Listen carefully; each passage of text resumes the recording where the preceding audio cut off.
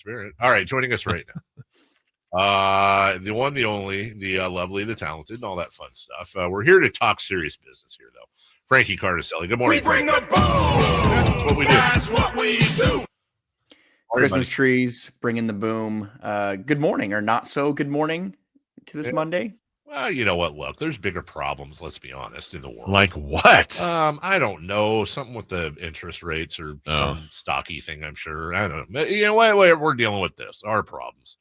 Frankie, we were just opening the conversation that we're going to have with you right now, which is, and feel free to disagree here, but there's basically do nothing and maybe nibble around the edges, G League, this, that, whatever, and let them figure it out. There's a firing. And then subsection there, fire the coach, fire Monty McNair. Or there is a big trade, of which would either almost certainly, for it to be a big trade, have to be either Fox, Sabonis, or Keegan, whose value I think we all agree is not what it was last year right now, and probably multiple picks to bring anyone in of any sort of impact. Am I missing an option there?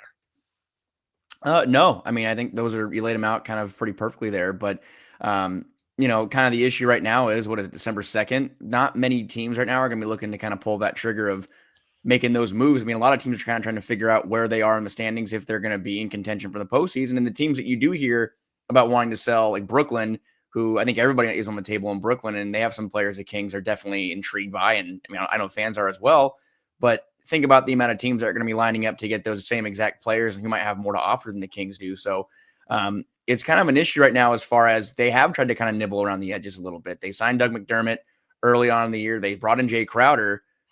They're playing a couple of guys right now, and no disrespect to Isaac Jones or Colby Jones, but guys that probably should be playing mostly in the G League right now. It's hard to kind of envision where they go as far as rounding out the rotation, because the starting five is fine. I mean, even, if you look at the numbers here, they have that lineup last night, the Monk starting lineup, when those five are on the floor, they have an offensive rating of 130 and a defensive rating of 102. Those five are good. But when one of them or even multiple of them come off the floor, the drop off is just so significant. And you can point to injuries, sure, but a lot of teams in the NBA and the Western Conference specifically are dealing with injuries. And it's not an excuse for the Kings. And something that I think we've talked about on the show multiple times. I mean, how many teams in the NBA have rolled into this season, or I guess any consecutive seasons in the past couple of years, with almost the identical 1 through 8 in the rotation? The Kings, to me, are maybe the only team at the top of the mind. I mean, they swapped out DeRozan for Barnes, but outside of that, you're looking at a very just identical rotation to what we saw in the fall of 2022. So it's something that I'm not sure if there's a quick fix to right now. And I know you guys talked about, and people on social media as well, like you pointed to, Mike Brown signed an extension in the summer. I mean, it hasn't even started yet. Like you mentioned, Dave, the Kings, I think, have been paying multiple head coaches since 2007, I think, and then just got that off the books. So I don't think that's going to be a solution. I think to me, it comes down to the front office. I think Monty McNair is in the middle of his current contract. What moves can he make to, I don't want to say the word salvage yet, because again, in December 2nd, we're 20 games in, the Kings are 2 games back of a play-in spot. A lot can change over a week and a half, but this roster right now definitely just isn't cutting it in a lot of areas. Frankie brought up the numbers of what that starting five, now with Monk in it, and Mike Brown did allude to, look, they're probably going to keep that for a while. Assuming no other things are being done, if they start Monk with that group, what is the fix in the short term? Because just keep going and until they figure it out, because there are good elements, but it doesn't really matter if they keep losing like they have 6 of their last 7. I mean, I think it's really just, again, a gamble, but it's banking on internal improvement right now, unless someone's going to pick up the phone and willing to negotiate a deal right now. And we've seen crazy things happen at this point in the season, but you're looking at a lot of guys right now, and Keegan Murray's at the top of the list, people that are playing underwhelming basketball. And the team as a whole right now, near the bottom of the league in 3-point shooting. I mean, we're talking about a team that has lost 7 games by 5 points or less. And I think 3-point shooting has been a major issue with that. And it's something that kind of me pointing to how consistent this roster has been as far as the turnover. I mean, it's almost identical. Those 2 teams from the past couple of years were very good 3-point shooting teams. And for whatever reason, the shots aren't falling this year. And yeah, you've had Kevin Huerter has been out. Malik Monk's been out for a stretch, Trey Lyles, but the guys that have been consistently on the floor so far and kicking up the top of the list have not been knocking those shots down. So putting Malik in that starting group puts a lot more pressure on the bench and a lot more pressure as well on the starting five to keep producing and having, it puts a lot more pressure on those guys like De'Aaron Fox and DeMar DeRozan or Sabonis not to have a bad night or get into foul trouble. Like we saw down the stretch last night, Domas battling foul trouble and obviously a lot of missed calls that went against him as well. But it really, to me, just is a matter of, can they start knocking down 3-pointers? And that might just seem like a simple fix, but if they're going to have to roll with this current group and try to hope that they can right the ship that way, the shots have to fall. And they have a lot of open looks, just so many open looks or it's not going down. And even looks that Mike Brown and anybody in that press conference room are going to scratch their heads and say they like the look. They like the execution. The ball movement, it was a lot better last night. And I think that having Malik Monk in that starting group with Fox, DeRozan, Sabonis, there's going to be a lot of ball movement in that 5-man group, but it doesn't mean anything if the shots don't fall. Frankie, just trying to look at everything here.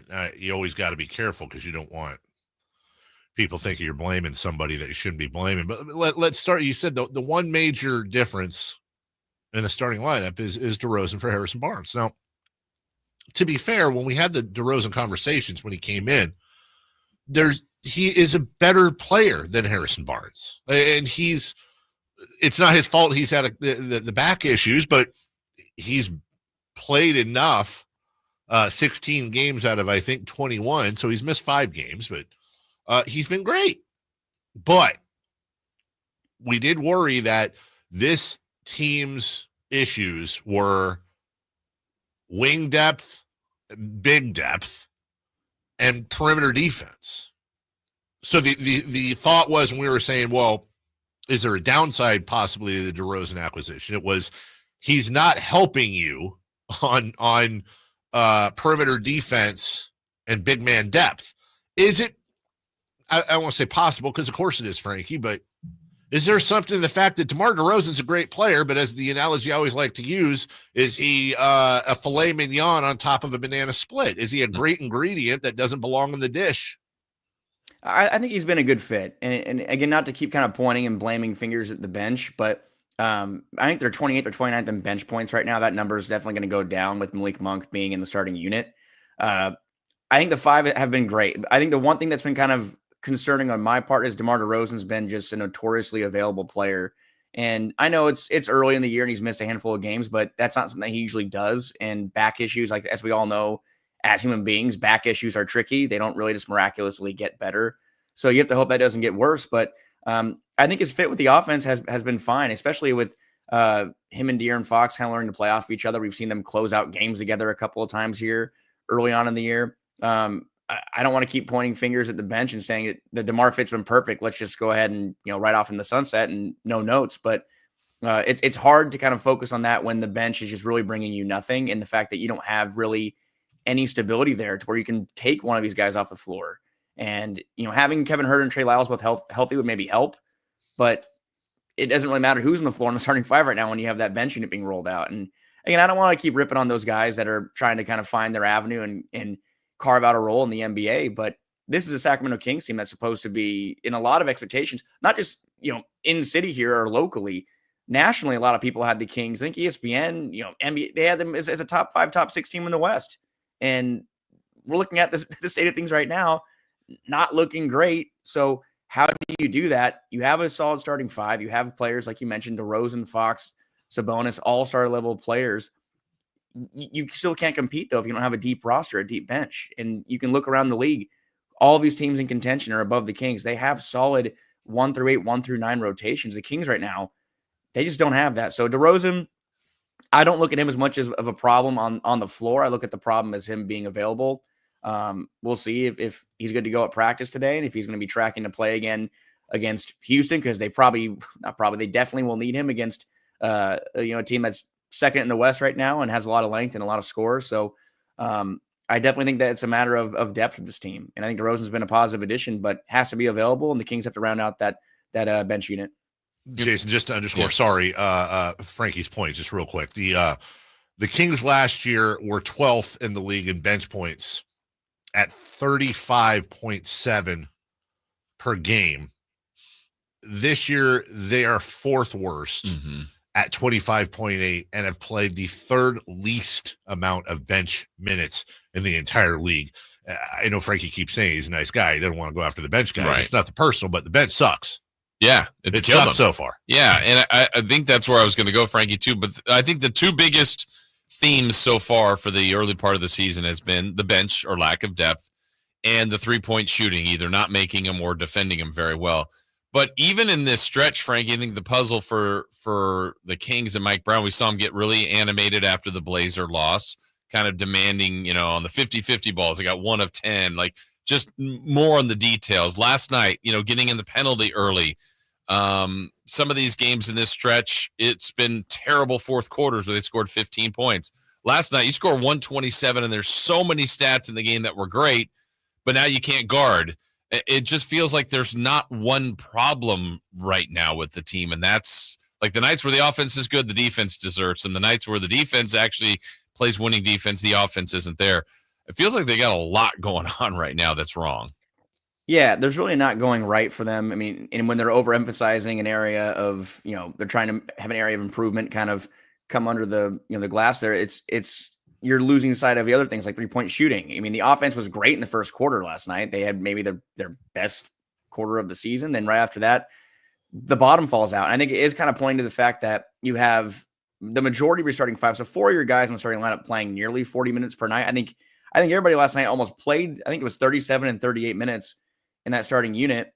I mean, there aren't many teams in the league that are doing that with their starting five. So it's natural that as you're focusing on one area, the other is going to, fall to the background there. So I don't know what the easy fix is again to keep pointing to the rotation. They need some relief. I think this Kings team, they need relief. They need help. They brought in Jay Crowder, guy who's 34, 35 years old. I'm not sure if that's a solution right now. They need to go find someone that's able to come in. And there's going to be some teams that are going to be selling. Like I mentioned, it's just where are the Kings going to be when those teams are willing to negotiate and to look to move off of those players, because I don't think it's going to happen anytime soon. And asking the Kings to kind of roll this thing out for another month plus, I don't know if it's a realistic ask. So it's going to be interesting to see how Monty McNair pieces this together. But unless you get more severe internal improvement, we're going to be having some interesting conversations come deadline time.